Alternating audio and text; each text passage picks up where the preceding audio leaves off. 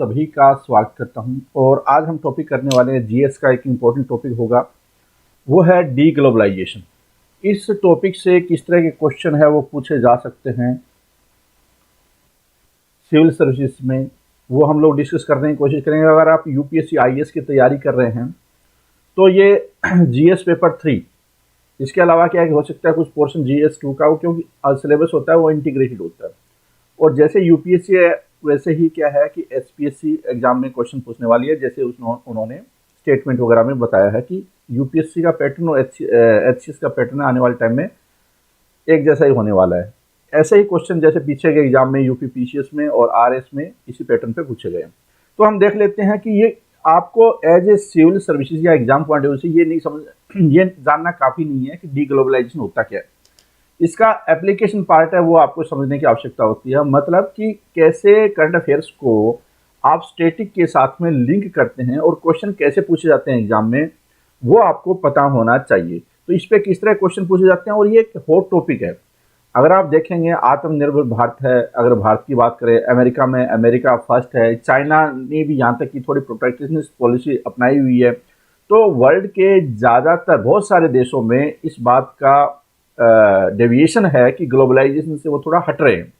For the time भी हो सकता है हट रहे हो, या पॉलिटिकल कंपल्शन है। पूरे वर्ल्ड में इस तरह का एक ट्रेंड चल रहा है 2008-9 के बाद में, जब से ये रिसेशन आया था मार्केट में, मार्केट टूट गई थी उस टाइम के बाद से। तो हम देखने की कोशिश करते हैं कि किस तरह से इस वीडियो को पूरा अच्छी तरह से देखना, ताकि आपका इकोनॉमिक्स में इंटरेस्ट बने, क्योंकि इकोनॉमिक्स एक थोड़ा मुश्किल सब्जेक्ट होता है।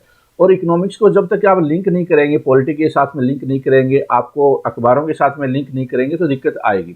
तो इसमें जो क्वेश्चन आपके सामने पूछे जा सकते हैं वो किस तरह से पूछे जा सकते हैं कि how is the globalization coming into limelight in the recent years, innovate India's position in recent time on the globalization. क्या पूछा गया इसमें कि हाल के सालों में, जब आप मैं आगे प्रेजेंटेशन बढ़ाऊंगा तो आप देखेंगे कि पूरे पिछले 100 साल में, लगभग 100-150 साल में 2 बार ऐसी सिचुएशन आई है जहां पे कि ट्रेड टू जीडीपी रेशियो होता है। वो एक मेजरमेंट होता है फैक्टर मापने के लिए, और भी हो सकते हैं, लेकिन ये एक इम्पोर्टेंट फैक्टर होता है। तो वो कहीं ना कहीं वो जो ट्रेड है, मतलब कि एक्सपोर्ट इंपोर्ट है, वो कम हुआ है, उसका रेशियो जीडीपी कंपैरिजन में अगर हम बात करें तो यहाँ पे पूछा गया है कि वो ऐसा कब से हुआ है और क्यों हुआ है, और इसमें इंडिया है उसकी पोजीशन क्या है। क्या इंडिया भी डी ग्लोबलाइजेशन की तरफ बढ़ रहा है? एक तरफ तो हमारे प्राइम मिनिस्टर है वो बहुत ज़्यादा विदेश जा रहे थे, और अचानक क्या है कि अभी वो कोविड की वजह से भी यात्रा नहीं कर रहे हैं, लेकिन ज़्यादा फॉरेन डायरेक्ट इन्वेस्टमेंट की बात नहीं हो रही है। बात किस बात की हो रही है? आत्मनिर्भर भारत की बात हो रही है। एंटी चाइना जो स्टैंस होता है कि चाइना की एप्लीकेशन बैन कर देना, उस तरह की बात हो रही है, जबकि चाइना का रोल बहुत ज़्यादा है इंपोर्ट में, या एक्सपोर्ट में भी रोल काफ़ी ज़्यादा है। और कैसे कुछ क्वेश्चन पूछे जा सकते हैं? Globalization no more the growth driven engine for many economies, now trace the steps taken by the major economy which indicates this trend in context of India. Do you think India is decoupling from global integration, explain with suitable example. तो यहाँ पे क्या है कि इस रूप में भी क्वेश्चन पूछा जा सकता है। तीसरा देखिए, how far globalization is still helpful in improving quality of life, eradication of poverty and sustainable growth. तो यहाँ पे आपको इस ग्राफ के जरिए भी आप दिखा सकते हैं क्या ग्लोबलाइजेशन के दौर में लोगों का जीवन स्तर है वो बेटर हुआ है, क्या गरीबी है वो कम हुई है। जैसे मनमोहन सिंह ने भी बोला है काफ़ी, और यहाँ जो मौजूदा सरकार है वहाँ नीति आयोग है वो भी हमेशा बोलता रहता है कि हम ट्रेंड देख रहे हैं कि जब लिबरलाइजेशन करते हैं, मार्केट को खुला छोड़ते हैं, फ्री करते हैं, तो उससे क्या होता है कि पूंजी काफ़ी ज़्यादा मार्केट में आती है, इन्वेस्टमेंट किया जा सकता है। सरकार इतना नहीं कर सकती है, तो इससे क्या है, लोगों को रोजगार मिलता है, और जब इकोनॉमिक एक्टिविटीज बढ़ती है तो कहीं ना कहीं गरीबी कम हो जाती है। Which protectionist steps India took in recent times to protect domestic economy from global disruption. कि हाल ही के सालों में इंडिया ने अपने आप को डीकपल जो किया, तो वो कौन कौन से स्टेप हो सकते हैं? कहाँ कहाँ पे लगता है कि इंडिया ने वर्ल्ड से अपना नाता तोड़कर या कम किया है, इंटीग्रेशन को कम किया है, यहाँ पे उसके क्वेश्चन के बारे में हो रही है। कोविड-19 pandemic has added further momentum to the डीग्लोबलाइजेशन trend. मतलब जो पहले क्या हो रहा था और उसके बाद अब क्या हो रहा है कोविड-19 की वजह से। पहले अगर थोड़ा बहुत चल रहा था, जैसे कि इंडिया भी और बाकी अमेरिका फर्स्ट है वर्ल्ड में, इधर जो ब्रिटेन है वो यूरोपियन यूनियन से अलग हो रहा था, तो कुल मिलाकर डिसइंटीग्रेट हो रहा था, इंटीग्रेशन वर्ल्ड के साथ में कम और अपनी इकोनॉमी के बारे में ज़्यादा सोच रहे थे। अब तो और भी ज़्यादा सोचने लग गए। India could re-emerge as a land of opportunity even during the trends of deglobalization post COVID-19. Discuss the opportunity for India in this scenario. अब इंडिया की अपनी स्ट्रेंथ है, इंडिया के जो फंडामेंटल है काफ़ी मजबूत है, जो यूथ है, यूथ पावर इंडिया के पास है, अगर सही ढंग से इसका इस्तेमाल किया जाए, मतलब डेमोग्राफिक डिविडेंड इंडिया के पास में काफ़ी है, तो इंडिया इसका पूरा फायदा उठा सकता है। इंडिया की खुद की कंजप्शन बहुत ज़्यादा हो सकती है। अगर एक एक मोबाइल भी लोग खरीदे तो सोचिए 130 करोड़ 140 करोड़ लोग हैं, कितने मोबाइल बिक सकते हैं। तो यहाँ पे अपने आप में इंटरनल अपॉर्चुनिटी बहुत ज़्यादा है, ठीक है। तो इसलिए बाहर की कंपनियां भी आती है, भारत को एक स्ट्रॉन्ग कंजप्शन पावर के रूप में भी देखते हैं वो लोग। ये इस वीडियो का इसका पीडीएफ है, ये इसका जो कंटेंट है आपको, पीडीएफ नहीं, इसका जो कंटेंट है आपको हमारी जो वेबसाइट है फ्रंटियर आईएएस की वेबसाइट baljeetdhaka.com, वहाँ पे आपको मिलेगा। आपको वहाँ पे मिलेगा, आप पोस्ट में जाकर वहाँ पे देखिए। इसके अलावा जितने भी जैसे यूपीएससी में आज तक किस तरह के टॉपिक आए हैं, किस पर्टिकुलर सेक्शन से कौन से टॉपिक आए हैं, किस पेपर में कौन से हैं, सारे की सारी इन्फॉर्मेशन है यहाँ पे दी जा रही है, गाइडेंस के रूप में आपको दी जा रही है। आने वाले टाइम में हर चीज़ का सॉल्यूशन भी आपको मिल जाएगा यहाँ पे। तो ये वेबसाइट पे जाकर आपको लगातार विजिट आप करते रहिए, बहुत सारी जानकारी, क्योंकि अभी ये नई वेबसाइट बनी है, इस पर कंटेंट हम लोग और बहुत सारा अपलोड कर रहे हैं, ठीक है। कंटेंट आर्टिकल राइटिंग में ये सब टाइम लगता है। चलो देख लेते हैं, अब इस टॉपिक पे बढ़ते हैं, डीग्लोबलाइजेशन की तरफ। और क्या है ये टॉपिक वो जानने की कोशिश करते हैं, ठीक है। What is डीग्लोबलाइजेशन? डीग्लोबलाइजेशन क्या है, इसमें हम जानकारी लेने की कोशिश करेंगे, क्योंकि बेसिक आइडिया होना जरूरी है। एग्जाम में तो ऐसे कोई नहीं पूछेगा आपको कि डीग्लोबलाइजेशन है क्या, लेकिन पहले आपको पता तो हो कि हम किस चीज़ की बात कर रहे हैं। फिर आ जाता है why is it become more and more hot topic, कि आज के टाइम में ये चर्चा में क्यों। अगर आप अखबार देखोगे तो कहीं न कहीं आपको ये आत्मनिर्भर भारत या प्रोटेक्शनिस्ट मेजर्स हैं, वर्ल्ड से थोड़ा दूर हटने की, टैरिफ बढ़ाने की, इस तरह की बातें आपको मिलेगी। तो ये ज़्यादा हॉट टॉपिक मिलेंगे, बजाय कि लिबरलाइजेशन के ऊपर ज़्यादा फोकस होगा। मेजर इकोनॉमीज एक्शन, जो बड़ी बड़ी आर्थिक महाशक्तियां हैं, अमेरिका है, यूरोपियन यूनियन है, इंडिया है, चाइना है, उन्होंने क्या स्टेप्स ऐसे लिए हैं। वाई डिग्लोबलाइजेशन, अब ग्लोबलाइजेशन की तरफ क्यों बढ़ रहे हैं? पहले तो ग्लोबलाइजेशन की तरफ बढ़ रहे थे, अब वो डिग्लोबलाइजेशन की तरफ जा रहे हैं, फिर वो ग्लोबलाइजेशन की तरफ जाएंगे, ऐसा क्यों हो रहा है? Is globalization and liberalization not producing result, क्या ऐसा रिजल्ट नहीं आ रहे? क्या जो लिबरलाइजेशन ग्लोबलाइजेशन है, जिसमें कि भारत ने काफ़ी ज़्यादा तरक्की की, चाइना ने बहुत ज़्यादा तरक्की की, वियतनाम ने बहुत ज़्यादा तरक्की की, बांग्लादेश एक हॉट डिस्कशन का टॉपिक आने वाले टाइम में हम उसका भी जिक्र करेंगे कि कैसे बांग्लादेश है वर्ल्ड के साथ इंटीग्रेट होकर बहुत अच्छे रिजल्ट दे रहा है और जीडीपी उनकी काफ़ी ज़्यादा हाई है, इंडिया से भी हो सकता है आने वाले 2-4 साल में वो आगे निकल जाए। हम उस पर बात करेंगे आने वाले टाइम में, लेकिन इस प्रेजेंटेशन में नहीं। इंडिया के एक्शन, इंडिया ने क्या स्टेप्स उस पर उठाए, तो वो भी देख लेते हैं। तो देखिए डीग्लोबलाइजेशन है क्या? Deglobalisation is the process of diminishing interdependence and integration between certain units around the world, typically nation states. अब यहाँ पे यूनिट किसकी बात हो रही है? यूनिट बात हो रही है, जैसे यूरोपियन यूनियन को एक यूनिट मान लिया, या देशों को भी आप यूनिट मान सकते हैं। तो जो इंटीग्रेशन था उससे हम लोग अलग हो रहे हैं कि भारत है वो डिपेंड इतना ज़्यादा ना हो किस पे, यूरोपियन यूनियन पे, चाइना पे डिपेंड ना हो। स्पेशली चाइना का स्पेसिफिक आज के टाइम में बहुत है भारत के केस में, और हम भारत के केस का ही ज़्यादातर डिस्कस करेंगे। तो जो डिपेंडेंस है उसका, इंटरडिपेंडेंस है, एक दूसरे पे जो डिपेंड होना कि भारत उससे ही लेगा, इसको थोड़ा कम किया जा रहा है। अमेरिका है वो चाइना पे ज़्यादा डिपेंड ना हो, इसलिए इंटरडिपेंडेंस है वो कम होकर इंट्रा डिपेंडेंस, मतलब अपना ही बना लो आप, जिसको सेल्फ रिलायंस बोल रहे हैं, उस पे देश है वो ज़्यादा सोच रहे हैं। तो एक किस्म से डीग्लोबलाइजेशन में प्रोसेस हुआ किसका, कि जो इंटरडिपेंडेंस था उसको कैसे कम किया जा सकता है, एक दूसरे पर आधारित थे उसको कैसे कम किया जा सकता है। और ये एक किस्म से ये ट्रेंड है। It is widely use to describe the periods of history when economic, trade and investment between countries decline. जो डीग्लोबलाइजेशन है वो दौर है, एक उस दौर को, उस पीरियड को आप देखेंगे, आगे ग्राफ दिखाऊंगा मैं, 2 बार ही ऐसा आया है अपॉर्चुनिटी पूरे वर्ल्ड में, तो मौका आया है ऐसा जहां पे डीग्लोबलाइजेशन हुआ है। इकोनॉमिक ट्रेड और इन्वेस्टमेंट है वो देशों के बीच में ग्राफ है वो नेगेटिव नीचे की तरफ आया है। तो इनफैक्ट क्या देखा जाए तो ग्लोबलाइजेशन का ये कहीं ना कहीं कॉन्ट्रास्ट है, लेकिन ऐसा नहीं है कि बिल्कुल ही अपोजिट हो।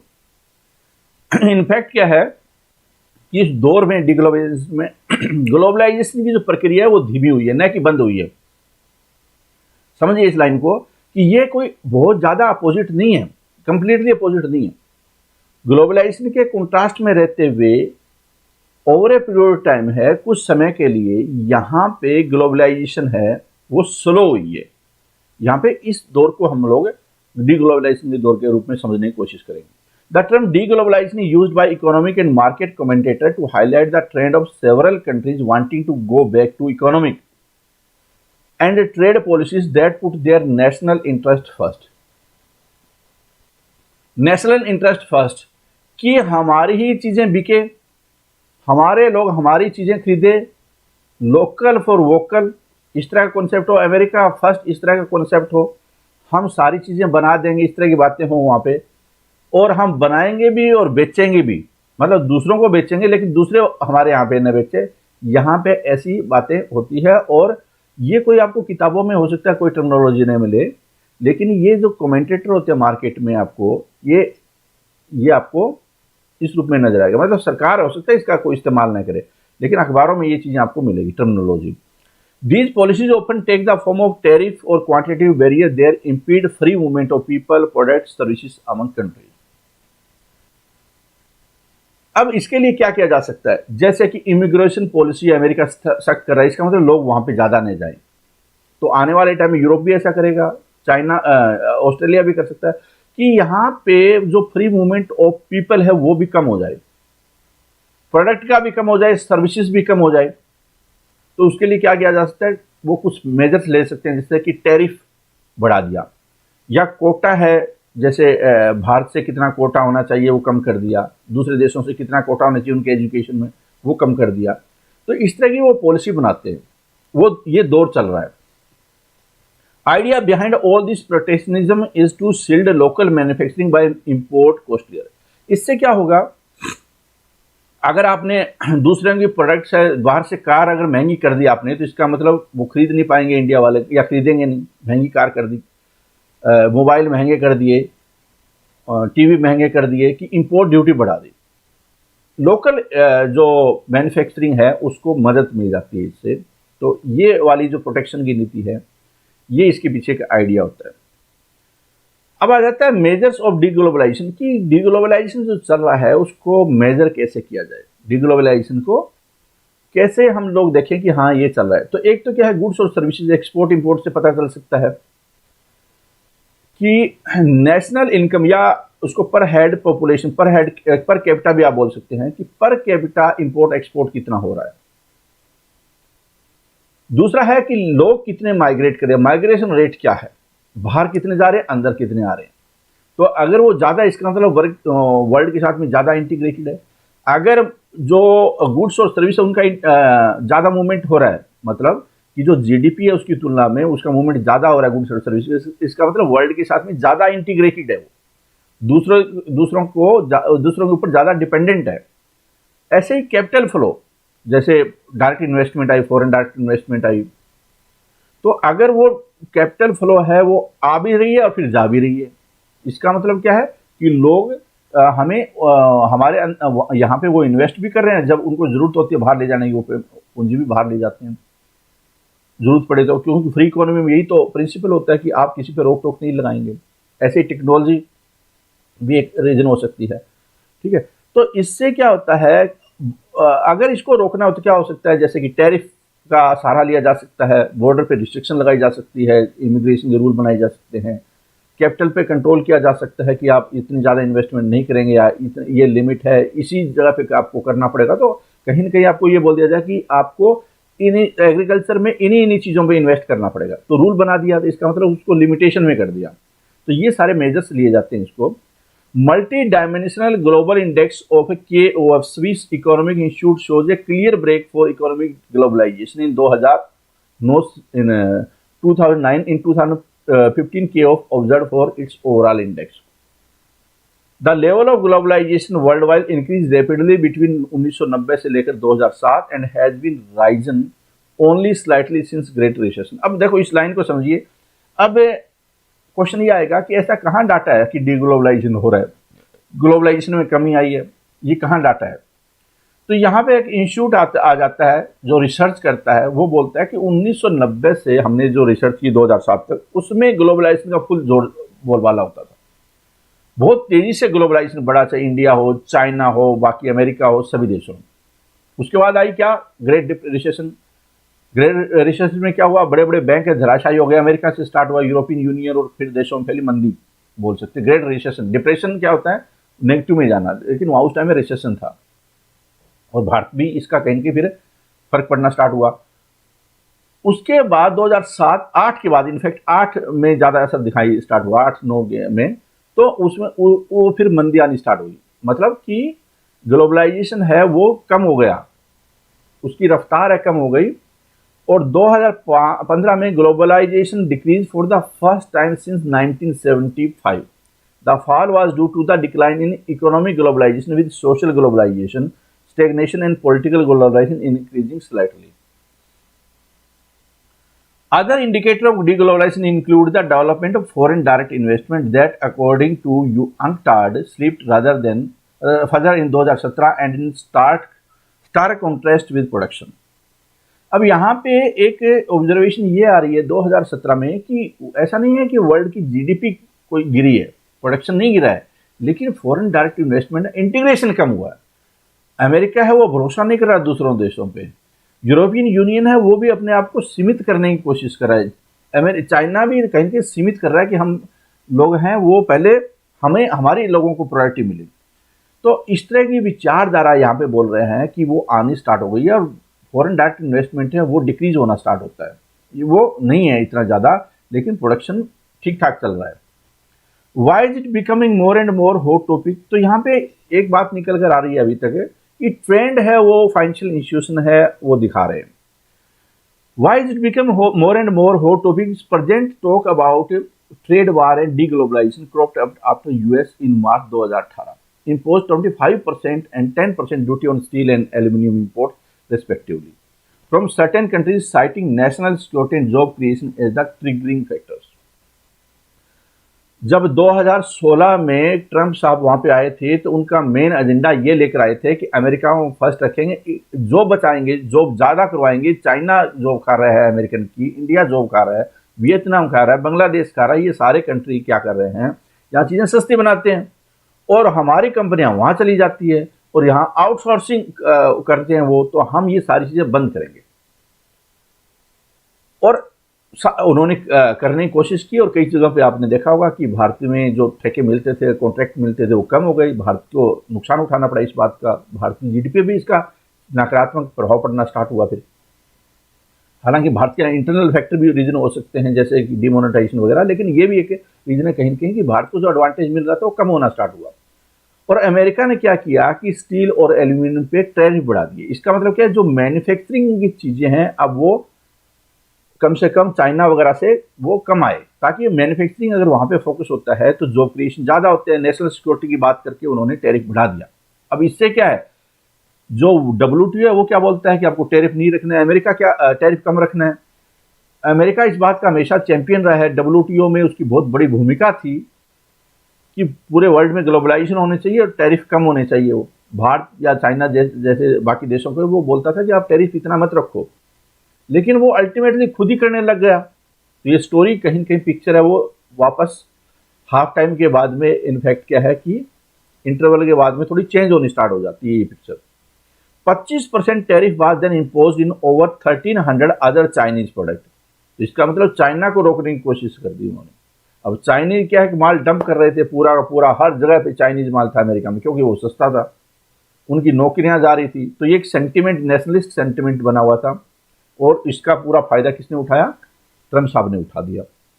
चाइना ने क्या किया कि उन्होंने भी अमेरिका से इंपोर्ट वाली चीज़ों पे प्रतिक्रिया देते हुए कुछ एडिशनल लेवी ड्यूटी लगा दी, जैसे कि आलमंड है, रेजिन है या फिर वॉलनट है, इस तरह की चीज़ों पे लगाना स्टार्ट कर दिया। कहने का मतलब कि जहां अमेरिका से जो इंपोर्ट हो रही थी चीज़ें अमेरिका से जो इंपोर्ट हो रही थी उन चीज़ों को उन्होंने कम करने की कोशिश की। तो इसका मतलब क्या है कि अमेरिका से भी नहीं आ रही है और चाइना वाले अमेरिका नहीं जा रही है, एक किस्म से उनके बीच में तनाव बढ़ गया, ट्रेड वार आप बोल सकते हैं उसको, इस तरह के हालात क्रिएट हो गए। European Union too has jumped into the battle with 25% duty on certain US product. अब यूरोपियन यूनियन है उसने भी अपना उठाना स्टार्ट कर दिया कि भाई अमेरिका हमारे साथ भी अन्याय करे, हमारा तो मित्र होता था। और ट्रम्प साहब बोल रहे हैं कि फर्स्ट अमेरिका, या अमेरिका की सेंटिमेंट ऐसे है कि हम भी, हमारी जो भी जा रही है तो भाई हमारी भी तो जा रही है ना, इसलिए हम भी तो आपके ऊपर लगा सकते हैं ना। तो उन्होंने भी ऐसा करना स्टार्ट किया। National first policy is a part of deglobalisation which is visible in EU policies related to refugees crisis in 2015 highlighted a key shortcoming in the European asylum system, the failure to share responsibility fairly across the all union member state। अब एक मुद्दा ये भी आया कि जो शरणार्थी चले जाते थे यूरोप वगैरह में, उनके ऊपर भी रोक लगाना स्टार्ट हुआ। मतलब थोड़ा सा हार्ड स्टैंड लेना स्टार्ट कर दिया। पहले कोई भी चला जाता था यूरोप में, उन्होंने इस तरह की चीज़ों को, भाई हमारा देश पहले होंगे, हमारे लोग पहले होंगे, ये एक विचारधारा यूरोप में भी फैलना स्टार्ट हुआ कि हम अपने नागरिकों के बात ज़्यादा करेंगे। फ्रांस में भी आज के टाइम ये हो रहा है कि भाई हम अपने लोगों को प्रोटेक्ट करें। बाहर से आ जाते हैं वो अपना रेडिकलाइजेशन करते हैं लोगों का, तो हम ये चीज़ें नहीं करेंगे। तो ये सेंटिमेंट यूरोप में काफ़ी ज़्यादा पहुंच गया है और फैला हुआ है पिछले कुछ 5-7 सालों में। अमेरिका में भी सेंटिमेंट है और इसी वजह से क्या, कोई इमिग्रेशन पे और स्पेसिफिक कुछ देशों पे वो ज़्यादा स्ट्रिक्ट है कि उनको भाई हमारे यहाँ ये लोग नहीं आएंगे। इस तरह की बातें अमेरिका में भी हो रही है। तो इसका मतलब क्या है कि नेशन फर्स्ट वाली विचारधारा, नेशनलिस्ट अप्रोच है, राइट विंग अप्रोच है, वो ज़्यादा उभर कर आ रही है। One of the biggest geopolitics event in 2016 was the Brexit. It was also considered as part of the first wave of globalization. अब ब्रिटेन ने एग्जिट लेने की बात करनी स्टार्ट की, यूरोपियन यूनियन है उसके ऊपर प्रेशर बढ़ना स्टार्ट हुआ कि भैया हम अपना देश देखेंगे, हम यूरोपियन यूनियन के साथ इंटीग्रेट होने से हमें नुकसान हो रहा है, हम इतने देशों के साथ इंटीग्रेट होते हैं तो कहीं कि हमारी जो एक आज़ादी होती है अपने लोगों को बेटर सर्विस देने की, वो खत्म हो रही है। तो ये भी एक महत्वपूर्ण घटना स्टार्ट हो जाती है होनी। Increasing trend of protectionism by various economies also triggering the deglobalisation process.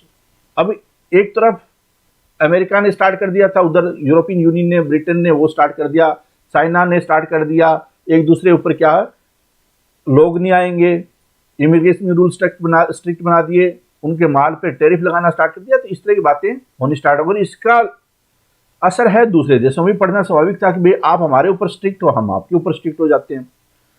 Protectionist encompasses a number of different economic policies designed to restrict trade and boost domestic manufacturing। कि डोमेस्टिक जो बना रहे हैं उनको बूस्ट किया जाए। अगर इंडिया में खिलौने बनाने की फैक्ट्रियां हैं तो वो बचाई जाए चाइनीज खिलौनों के सामने। पटाखे बन रहे हैं, पहले क्या हो रहा था दिवाली पे, या अभी भी हो रहा है, सारे के सारे चाइनीज आइटम आ रहे हैं। गणेश जी चाइनीज हो रहे हैं। सोचिए, जब गणेश जी, हनुमान जी बाकी चाइनीज हो रहे हैं, लोगों को सस्ता मिल रहा है, वही खरीद रहे हैं, तो क्या करेगी सरकार फिर उसको? जब ये पूरे वर्ल्ड में इस तरह का माहौल है तो इंडिया अगर इसका हिस्सा न बने तो फिर इंडिया को यहाँ पे डंप करते रहेंगे। तो इसलिए इंडिया भी बोल रहा है कि इंडिया जैसा देश भी फिर रिस्ट्रिक्ट करने की कोशिश कर रहा है। From new taxes to import restriction, these policies are implemented by both emerging market and developed economic like and can have a negative impact on global free trade. अब फ्री ट्रेड है वो negative impact उस पर पड़ना start हो गया, क्योंकि emerging economy है जैसे इंडिया, ब्राज़ील, यूएस, ये रशिया वगैरह, अफ्रीका वगैरह। तो इन्होंने भी, और साथ में क्या जो स्टार्ट किया किसने? अमेरिका ने स्टार्ट किया, यूरोपियन यूनियन ने स्टार्ट किया, फिर चाइना ने स्टार्ट किया, तो उसको फॉलो करते हुए दूसरे देशों को भी ऐसा करना पड़ रहा है। तो ये एक स्टोरी बन गई है पूरी, क्या कि ग्लोबलाइजेशन को प्रमोट न करते हुए अपने देशों के बारे में सोचना, मतलब डीग्लोबलाइजेशन का दौर वो आना स्टार्ट होता है। Is globalization and liberalization not producing result? तो क्या ये नतीजा ये माना जाए कि ये दौर क्यों आ रहा है, क्या दिक्कत आ रही है? ग्लोबलाइजेशन और लिबरलाइजेशन को जो इतने चैंपियन होते थे देश, उसमें दिक्कतें क्या आनी स्टार्ट हुई कि many observer have pointed out that globalization has aggravated the problem of poverty, inequality and employment while it has benefited a few country and the allied population only adverse consequences of the globalization are appearing in many forms.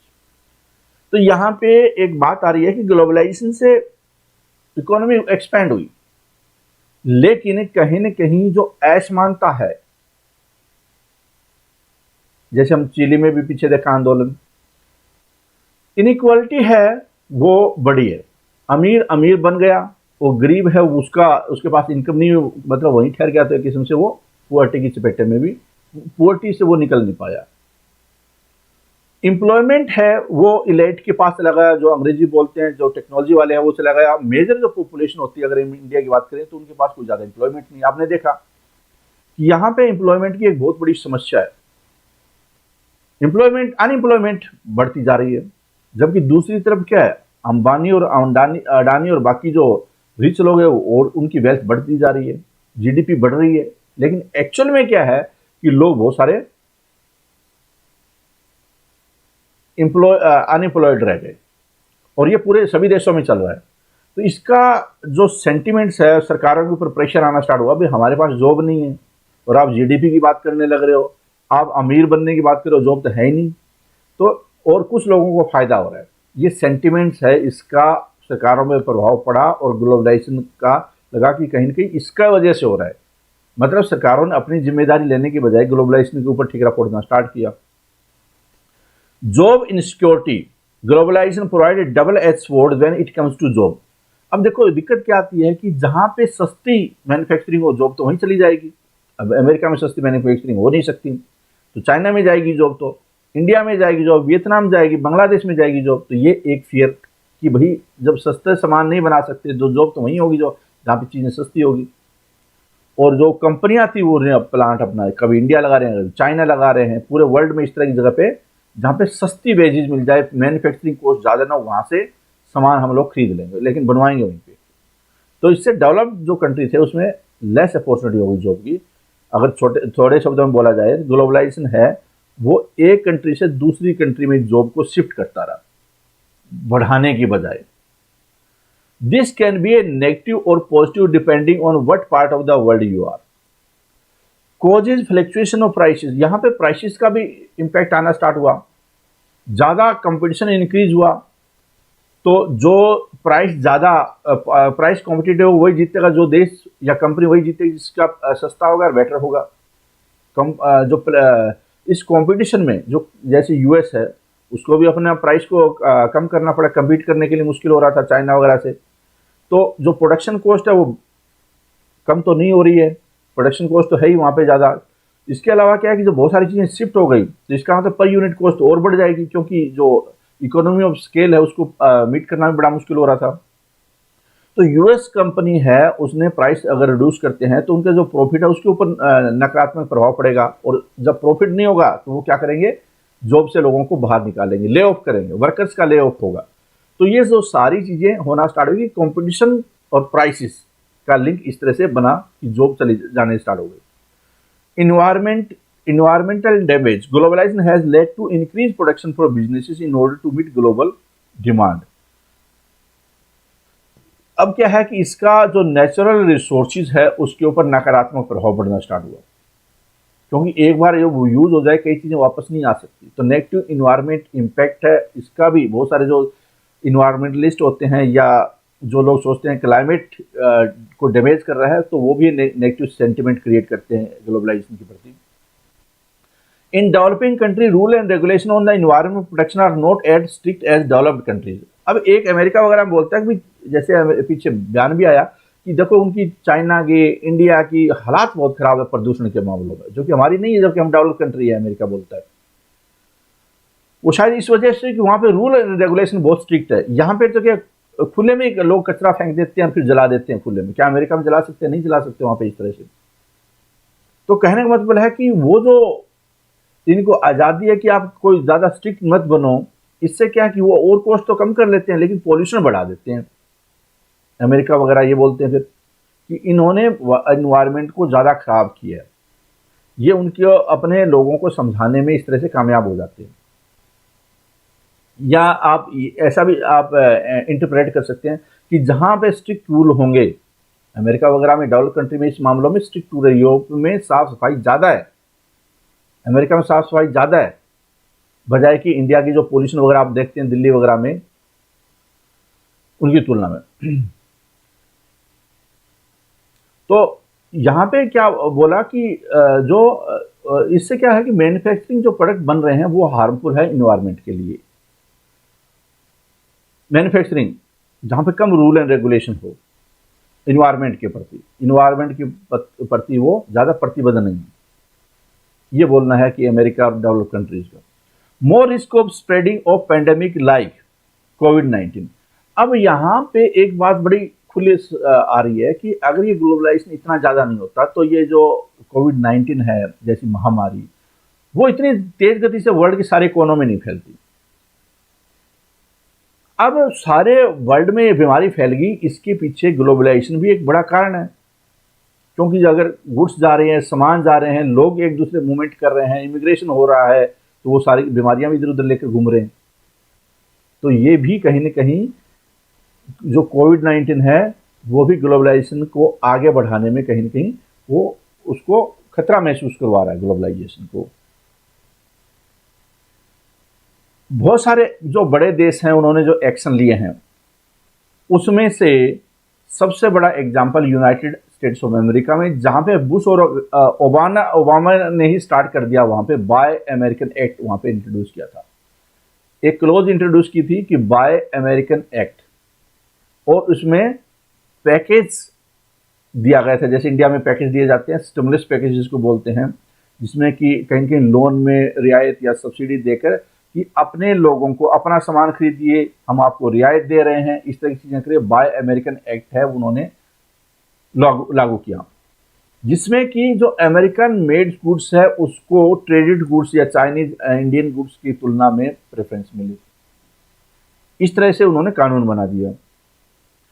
ऐसे ही European Union है, उन्होंने नई subsidy अपने agriculture sector में ही देनी start कर दी, और भारत या दूसरे देशों को पाठ पढ़ा रहे हैं कि आप अपने किसानों को सब्सिडी न दें। तो इसका मतलब क्या है कि वो अपने आप को प्रोटेक्ट कर रहे हैं, और बाकी ग्लोबलाइजेशन की बात हो रही थी तो उन्होंने एक्शन लेना स्टार्ट कर दिया, और ये एक्शन अब धीरे धीरे पूरे वर्ल्ड में फैलना स्टार्ट होता है। These movement of deglobalization can be seen as the example of how developed nation react to the financial crisis। और 2007-8 में जो क्राइसिस आया था उसमें बड़े देशों ने, जहाँ पे कि जो सबसे ज़्यादा प्रभावित देश थे अमेरिका और यूरोपियन यूनियन ही थे, वो जो यूरोपियन यूनियन का सेगमेंट है और अमेरिका का सेगमेंट है, और जो अमेरिकन कंट्रीज है, कनाडा है या फिर चिली वगैरह, तो वहाँ पे भी ये सेंटिमेंट बढ़ने स्टार्ट हो गए डिग्लोबलाइजेशन के इस क्राइसिस के बाद। Recently, change in the pattern of anti-globalization has been observed. Anti-globalization now has a strong foothold in North। अब देखेंगे कि दो तरह की विचारधारा, जो इकोनॉमी की बात करते हैं, फ्री इकोनॉमी की बात कर रहे थे देश,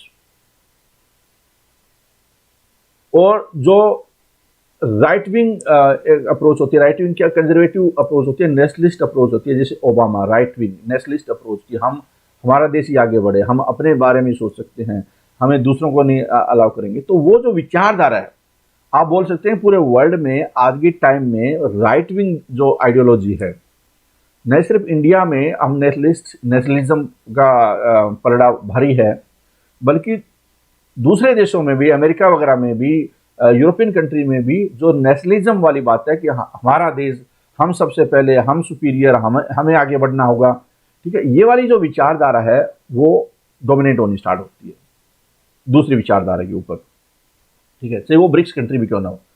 under president Donald Trump, United State has embraced an America first policy, और अमेरिका फर्स्ट पॉलिसी है, उन्होंने कुछ समझौते होते हैं मल्टीलैटरल एग्रीमेंट, उससे भी वो बाहर निकल रहे हैं, लिबरलाइजेशन से वो बाहर निकले, ट्रांस पैसिफिक पार्टनरशिप से उन्हें अपने आप को विड्रॉ कर लेते हैं। Trump administration impose tariff on imports of steel and aluminium, जैसे हमने पहले डिस्कस किया था। United states also initiated A trade war with China, जैसे हमने पहले डिस्कस किया है। तो ये सारी चीज़ें कहीं ना कहीं होनी स्टार्ट हुई। डीग्लोबलाइजेशन ट्रिगर्ड पोस्ट कोविड-19। अब पोस्ट कोविड-19 के बाद में ये विचारधारा, जैसे हम थोड़ी देर पहले भी डिस्कस कर रहे थे, कि वो और ज़्यादा होनी स्टार्ट हो गई। National security and public health are now main concern and are providing new rationales for protectionism, especially for medical gear and food and emphasis in domestic sourcing.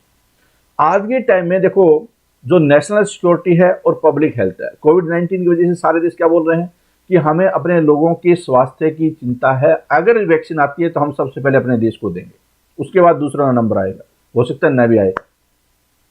अगर वो दस्ताने प्रोड्यूस करते हैं या फिर पीपीई किट प्रोड्यूस करते हैं तो वो सबसे पहले अपने देश को देने की कोशिश करते हैं। कहने का मतलब है कि कहीं ना कहीं ये जो कोविड-19 है उसने भी हेल्थ, पब्लिक हेल्थ है, हालांकि इंडिया ने बहुत सारी मेडिसिन बाहर भेजी है, लेकिन हर कंट्री ऐसा नहीं कर रहा है या हर कंट्री के पास ऐसी सुविधा भी नहीं है, ठीक है। तो कहीं ना कहीं जो ग्लोबलाइजेशन है, वो जो हेल्थ का सेंटिमेंट बना है पब्लिक हेल्थ का और नेशनल सिक्योरिटी का, वो भी ज़्यादा हो गया है कोविड-19 की वजह से। पहले पब्लिक हेल्थ इतना बड़ा मुद्दा नहीं था, लेकिन कोविड-19 के बाद में ये कहीं ना कहीं ज़्यादा हो गया है।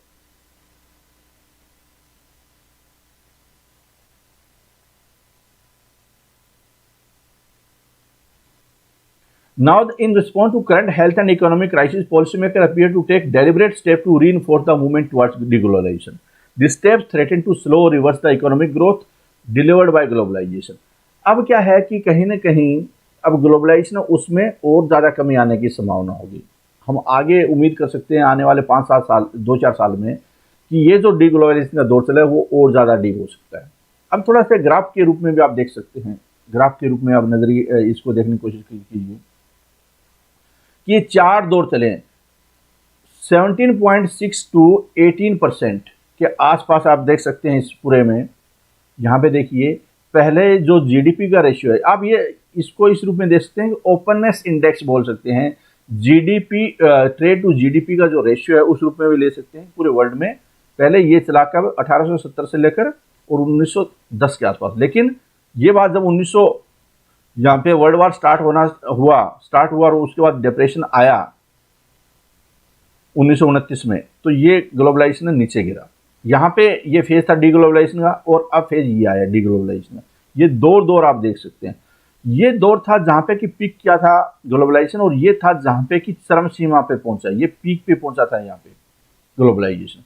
इसका इंडिया ने फायदा उठाया, इस पीरियड का इंडिया फायदा नहीं उठा पाया।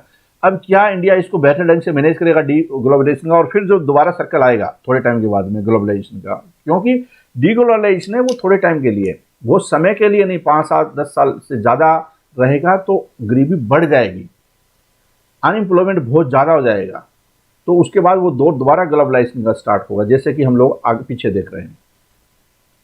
Pandemic has added fuel to the trend away from the globalization, ये हमने देख लिया है कि ये डाटा दिया हुआ है यहाँ पे, और ये उसका कि जो वर्ल्ड ट्रेड ऑर्गेनाइजेशन है उसने फोरकास्ट किया है, world trade will decline between 13 and 32% इन 2020, कि काफ़ी ज़्यादा कम हो जाएगा ये ट्रेड।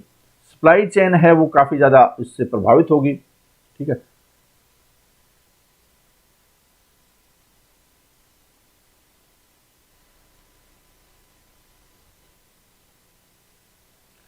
एक और है कि जो WTO है, इस पे डायरेक्ट क्वेश्चन भी आ सकता है कि आज के संदर्भ में बताइए कि WTO है, in the present context WTO है, वो इतना ज़्यादा शक्तिशाली नहीं है या प्रभावी नहीं है, ठीक है। इसका भी एक रीज़न है, WTO जो एज ए इंस्टीट्यूशन है वो कहीं ना कहीं फेल हो रहा है, डिसफंक्शन हो रहा है। WTO most relevant turning point है डिग्लोबलाइजेशन में, क्योंकि जब WTO काम नहीं कर रहा है, अमेरिका एक बहुत बड़ी भूमिका होती थी अमेरिका की WTO को प्रमोट करने में, और वो भूमिका है कहीं ना कहीं अमेरिका वो अपने पीछे खींच रहा है, तो इसका मतलब WTO भी काम करना बंद कर रहा है। This should bring downward pressure to global growth globally. WTO has become increasingly dysfunctional during the last few years, in particular since the arrival of President Trump to power. जब ट्रंप के power में आने के बाद में WTO है उसकी value खत्म हो गई है या कम हो गई है, अब वो ज़्यादा सीरियसली लोग नहीं ले रहे हैं उसको, ठीक है। इसके पीछे ये भी रीजन हो सकता है, बहुत बड़ा हो गया, बहुत सारे देश आ गए, बहुत सारे टाइप की आइडियोलॉजी आ गए है। दोहा, इसका पता चलता है कि Doha round of trade liberalisation measures थे, उस पर पूरा एग्रीमेंट नहीं हो पाया था 2001 में। उसके बाद क्या है कि जो ट्रंप है उन्होंने बैक कर लिया बहुत सारी चीज़ों पे WTO से, कि under Trump administration United State clearly turn its back on WTO as an institution that can solve the US perceived trade problem, कि भैया आप हमारी प्रॉब्लम नहीं सॉल्व कर सकते, इसलिए हम आपके साथ में नहीं हैं। दोहा राउंड है वो, उन्होंने ये बताया कि वहाँ पे सहमति नहीं बन पा रही है क्योंकि देश इतने हो गए, पहले कम देश थे अब ज़्यादा हो गए, अलग अलग आइडियोलॉजी के हो गए हैं, तो उनमें सहमति बनाना मुश्किल हो जाता है, लोग अपनी अपनी तरफ खींचना स्टार्ट कर जाते हैं।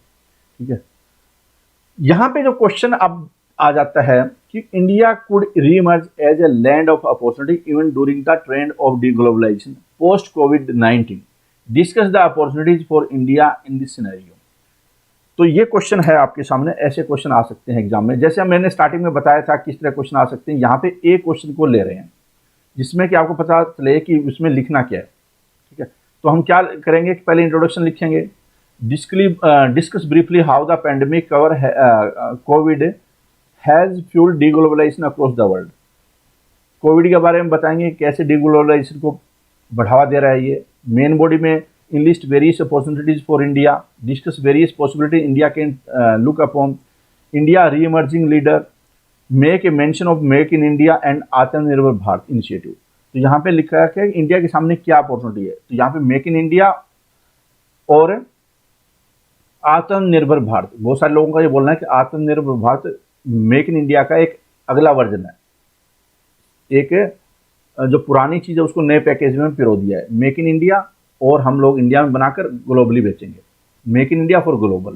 तो इस तरह की जो विचारधारा, हम आगे भी बात करेंगे, आने वाले जो प्रेजेंटेशन होगी आत्मनिर्भर भारत पे बात करेंगे तो इसका पूरा ऑब्जेक्टिव क्या मीट हो रहा है नहीं हो रहा है, इस तरह की सारी चीज़ें करेंगे। और अल्टीमेटली आप कंक्लूजन में दे सकते हैं final remark on how India can make a room for becoming a global economic power even after pandemic. ठीक है, तो सबसे पहले क्या है कि कोविड-19 pandemic has simply added a momentum to the डीग्लोबलाइजेशन trend, the roots can be traced back to Brexit, US China trade war, US pulling out of trade block such as North American free trade agreement, NAFTA से उन्होंने वापस कर लिया, TPP से उन्होंने वापस किया American से, India doing a last minute volt face with the regional comprehensive economic partnership, और इंडिया ने भी रीसेप से अपना आखिरी पॉइंट पे अपना वापस ले लिया। तो आरसीईपी, टीपीपी, नाफ्टा और ब्रेक्जिट, यूएस चाइना ट्रेड वार, ये इसके आप एग्जाम्पल दे सकते हो। जैसे यहाँ पे क्या है कि एक ही पैराग्राफ में सारे एग्जाम्पल दे दिए गए। ठीक है, current economic scenario is threatening to redraw business linkages between nation and trade bloc in entirely with emphasis on bilateral trade rather than blocs. अब आज के टाइम में क्या है कि जो बड़े बड़े ब्लॉक होते थे पहले, उसकी बजाय आपस में ही अगर किसी को समझौता करना है, जैसे India Japan, India Vietnam, India Bangladesh, तो ऐसे बायलैटरल एग्रीमेंट है वो ज़्यादा हो रहे हैं बजाय कि मल्टी लेवल एग्रीमेंट पे। With developed nation impugning China for the coronavirus pandemic and seriously contemplating a shift in manufacturing bases and supply chain elsewhere, is it India time to shine in global trade?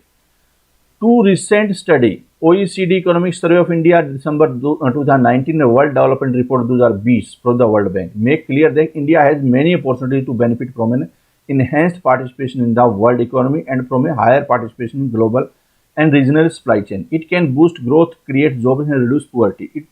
It would very much contribute to the success of Make in India initiative. Make in India initiative के माध्यम से India अपनी ज़रूरतों को और world की ज़रूरतों को पूरा कर सकता है। मतलब इंडिया क्या है कि जो ग्लोबलाइजेशन उसका हिस्सा रहते हुए और भारत की चीज़ों पे फोकस करते हुए, भारत में बनाने की फोकस करते हुए आगे बढ़ाए तो काफ़ी ज़्यादा अपॉर्चुनिटी बन रही है। तो इस तरह से यहाँ पे आप चीज़ें लिख सकते हैं। इसके अलावा और क्या क्या है इंडिया ये अपॉर्चुनिटी है, जैसे कि नेचुरल रिसोर्सेज है, उसका इंडिया पूरा फ़ायदा उठा सकता है। भारत के पास बहुत बड़ा पोर्ट्स है, 200 के आसपास पोर्ट्स है, जो पोर्ट्स क्रांति आने वाले टाइम में, इस टाइम में बात करते हैं कई जगह पे आप देखना होगा कि जो भारत है पोर्ट्स का बड़ा फ़ायदा उठा सकता है। ठीक है, तो ये चीज़ें भी आप इसमें लिख सकते हैं। आत्मनिर्भर भारत ऑब्वियसली क्या है कि ये इसका भी एग्जाम्पल दे सकते हैं। ठीक है, तो ग्लोबलाइजेशन से पूरी तरह से न हटते